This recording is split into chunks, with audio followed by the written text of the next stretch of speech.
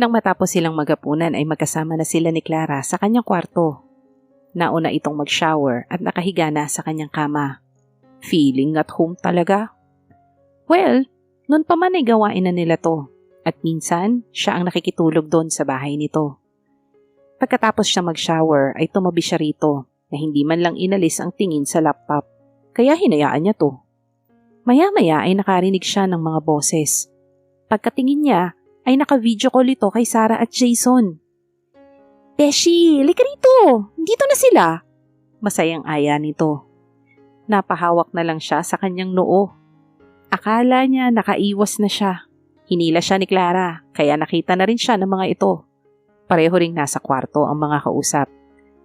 Hi Adriana, did you miss us? Matigas ang boses ni Jason. Tila hindi nga ito malaya sa kanila kaya boses lalaki ang kumag. Iniwasan mo kami Adriana, pero hindi ngayon.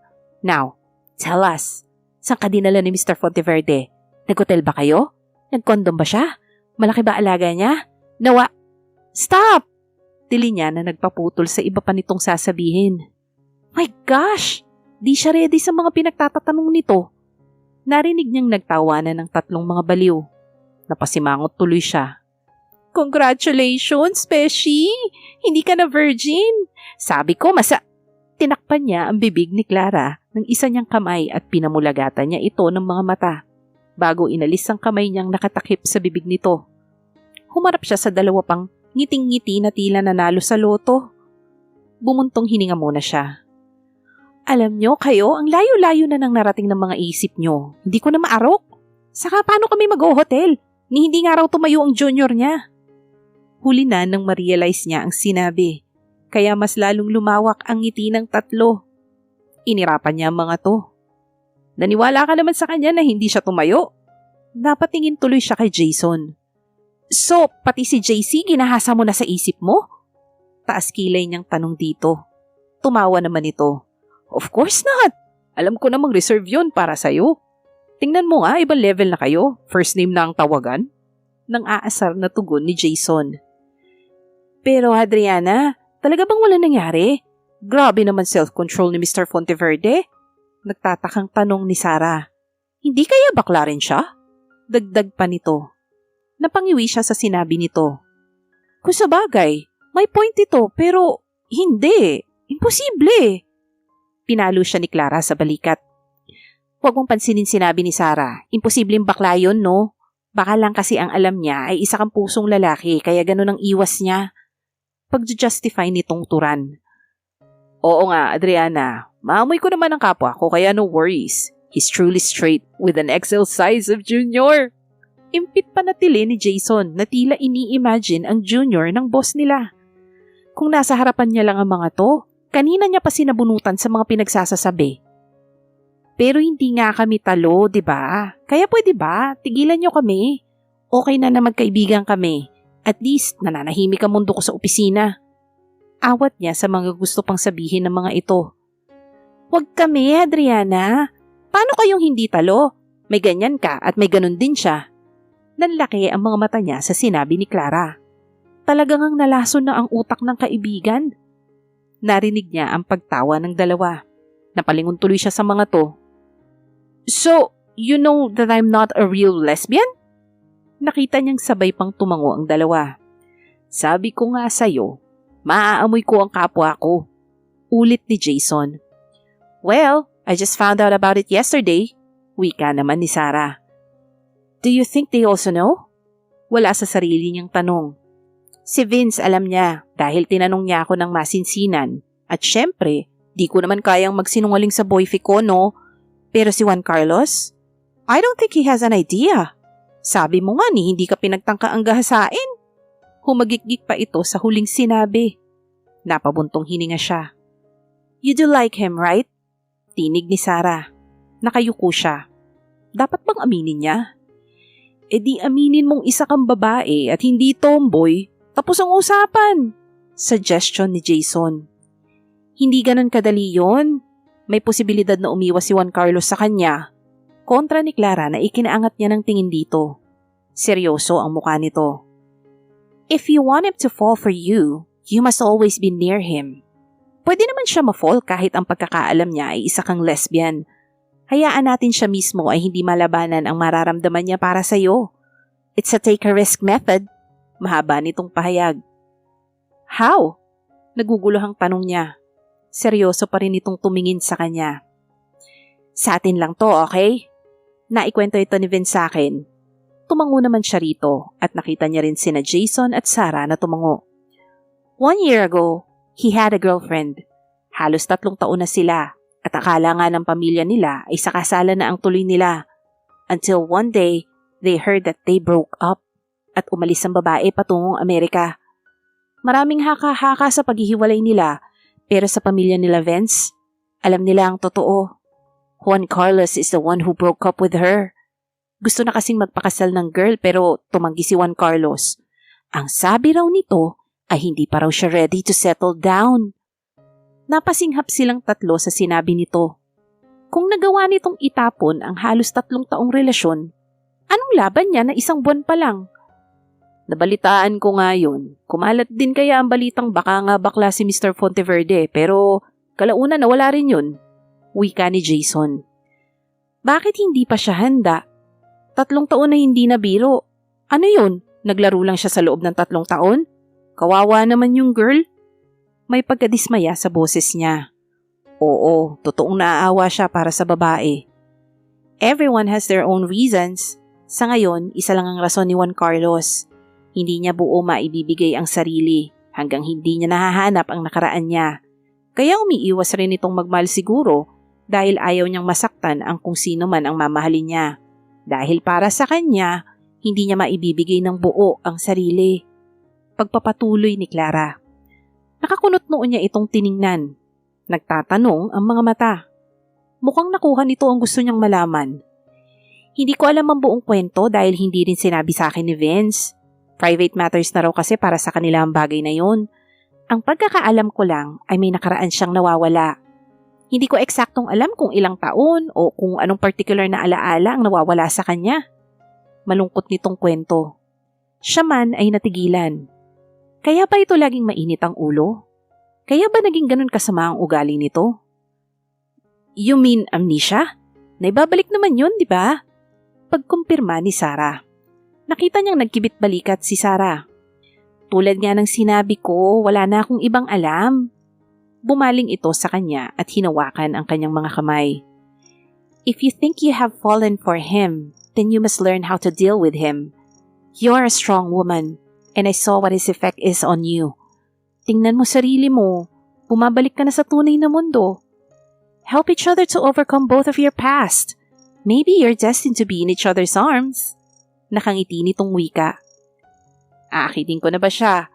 Biro niya sa mga ito dahil masyado ng seryoso ang aura ng paligid. Ay, bet ko yan, girl. Sang-ayon ni Jason. Gaga, huwag mong ipahalata masyado. Do it slowly, but surely. Nangingiti namang saad ni Sarah. O siya, sige na nga. Matutulog na kami. Kayo talaga, nakichismis lang kayo sa amin. Pagpapaalam ni Clara sa mga ito. Goodbye! Goodbye! Sabay pang paalam ng dalawa. Ini-off na nito ang laptop. Kinuha niya ito rito at siya na ang nagtabi. Magkasabay silang humiga. Pareho silang nakatingin sa puting kisame. Masaya ako na lumalabas ka na sa nakaraan mo. Pinapasok mo sila sa buhay mo. Tapos ngayon, pati puso mo nakabukas na rin. Handa ka bang makipagsapalaran? Basag ni Clara sa katahimikan. To tell you honestly, Beshi, handa na ako. Kagabi ay tuluyan na ako nagpaalam sa nakaraan. Handa ako makipagsapalaran para sa kaligayahan ko. Handa rin ako masaktan kung sakaling hindi talaga pwede. Desidido niyang pahayag. Yes, she's ready to take a risk. Sa mga nalaman niya tungkol dito, ay mas lalo niyang gustong paibigin ito. Wala naman sa tagal ng panahon ng laban, di ba? Sisiguraduhin niyang kahit maikling panahon pa lamang silang magkakilala, ay mapapaibig niya ito at matitikman ang dax nitong junior. Natawa siya sa huling naisip. Naramdaman niya ang pagsiko ni Clara. Iba na yata ang nasa isip mo. Huwag mong sabihing pinag-iisipan mo na yung tao. Remember, slowly but surely, atat ka na yata makatikim ng extra jumbo hotdog. I swear, mawawarak yung puday mo. Nang aasar nitong wika, niyakap niya to. Matulog na tayo, Beshi. At bukas ay mag-uumpisa na ang pandiligaw ko. Hindi mapalagay si Hadriana. Kasalukuyan siyang nakasakay sa kotse ni Vince. Sinundo kasi nito si Clara at sinabay na rin siya dahil hindi siya pwedeng magmotor. At bakit?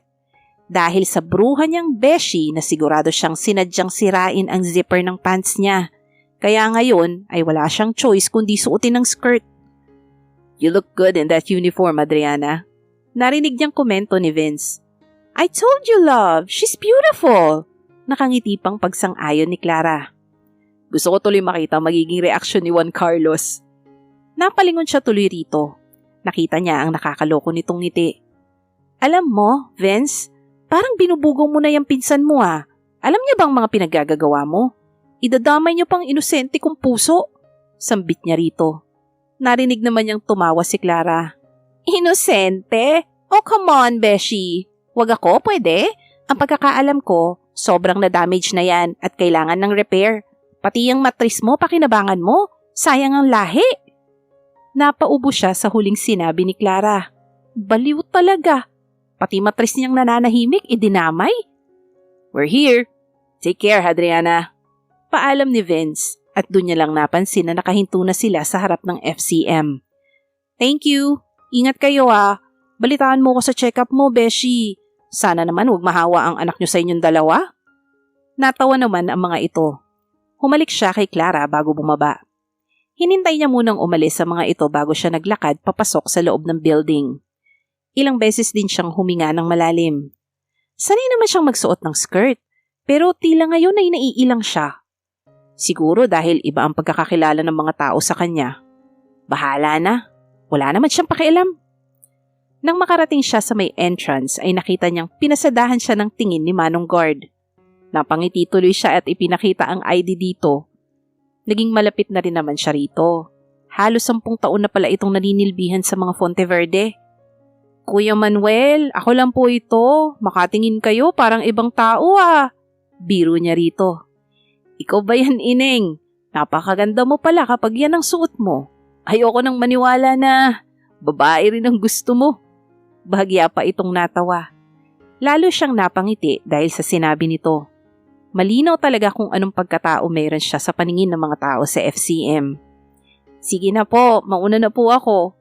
Ngumiti ito sa kanya na sinuklian din niya bago siya nagpatuloy maglakad. Eto na naman tayo.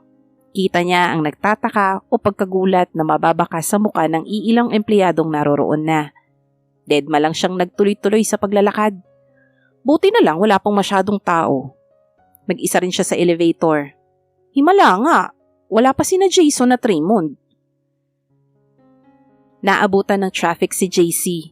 Mukhang may aksidenteng nangyari kaya naipit siya sa traffic. It's already 8 in the morning.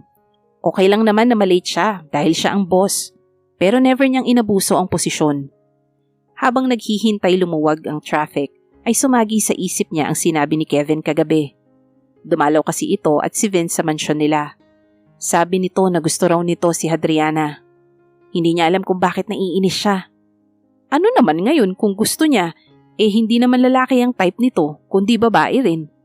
Sinabi pa nito na ito na raw ang bahalang paamuhin si Hadriana. Ayaw niyang isipin na ginagawa nito yun dahil sa deal ng lolo nila. Nang maalala ang deal ng lolo niya, ay may ideyang pumasok sa isip niya. Wala naman sigurong masama. After all, yate ang kapalit nun. Ang kailangan niya lang ay gawing babae ito. Napangisi siya sa ideyang naglalaro sa isip niya, lalo na nang lumitaw sa isip niya ang imahe nito nang nasa club sila. Her round and big boobs, her slim and perfect curve, her white and soft skin. She also has a round, perfect butt. Shit! Mahina niyang mura nang mag-react ang kanyang junior. Napabuntong hininga siya. Ano ba dapat niyang gawin? Nagtatalo ang isip at puso niya. Hindi naman siya ganun kasama para paglaruan nito. Malalakas na busina ang nagpabalik sa kanya sa kasalukuyan. Maayos na ang daloy ng daan at siya'y nakahinto pa rin. Napailing na lang siya na pinaandar ang sasakyan. May narinig na tumikhim si Adriana kaya napaangat ang ulo niya mula sa monitor. Nakita niyang seryosong nakatingin sa kanya si JC. Hindi niya namalayan ang pagdating nito. Masyado kasi siyang nakafocus sa ginagawa. Mabilis siyang tumayo at binati ito. Good morning, Mr. Fonteverde. Nakayuko niyang bati rito. Nang hindi ito sumagot ay nag-angat siya ng tingin at nakita niyang magkasalubong ang mga kilay nito habang nakatingin sa kanya. Ay, mali! Nakatingin sa kanyang mga hita. Eyes up, Mr. Fonteverde. Biro niya rito, pero nanginginig na ang kanyang mga tuhod dahil sa ibinibigay nitong tingin. Umangat naman ang tingin nito, pero nanatiling magkasalubong ang mga kilay. What are you wearing? Mahina pero may diin nitong tanong. Mukhang wala sa mood ng boss niya at bumubuga na naman ito ng apoy. Uniform. Walang gana niyang sagot. Mas lalong nagsalubong ang kilay nito. Where is your other uniform? Muli nitong tanong. Nasira ang zipper tapos hindi pa dumarating yung order ko. Ang sabi wala pang available. Teka nga, Mr. Fonteverde. Ano ba problema sa suot ko? Di ba nga ito raw ang proper uniform? Bakit parang may mali? Nakita niyang natigilan ito. Bring my coffee. Utos nito bago siya nilagpasan. Umabalik talaga ang pagiging dragon. Likas na siguro talaga sa pagkatao niya. Mahina niyang bulong sa sarili. Tinimplahan niya na lang ito ng kape at inihatid sa opisina nito. Naubutan niya itong seryosong nakatingin sa laptop nito.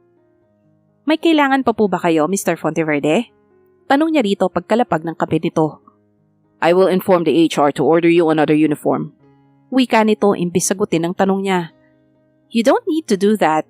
Kung wala pang available, I can wear this. Sanay naman ako. Nag-angat ito ng tingin at diretso sa kanya. Sanay? Gusto mo ba talagang mabastos, Miss Montesillo? Look at yourself. Halos kita na ang pagkababae mo. Wika nito at iniwas ang tingin sa kanya. I can handle myself, Mr. Fonteverde. Last time I checked, I was wearing this kind of uniform in my previous work, so it's normal. But if you insist on ordering me the other one, no problem. Kung wala na po kayong iuutos, lalabas na po ako. Marami pa po kasi akong gagawin. Seryoso niyang pahayag dito. Naiinis kasi siya nang hindi niya alam ang dahilan. Narinig niya ang pagbuntong hininga nito. Adriana, don't get mad. Mahinahon nitong wika. Napatingin siya rito dahil tinawag siya nito sa first name niya. Just make sure that no one will take advantage of you. Kapag meron ng bastos sa'yo sa mga kasamahan mo, tell me and I will terminate them. Okay? Napatango na lamang siya. Hindi niya kasi makuha ang ugali nito. Galit. Tapos bigla ayos.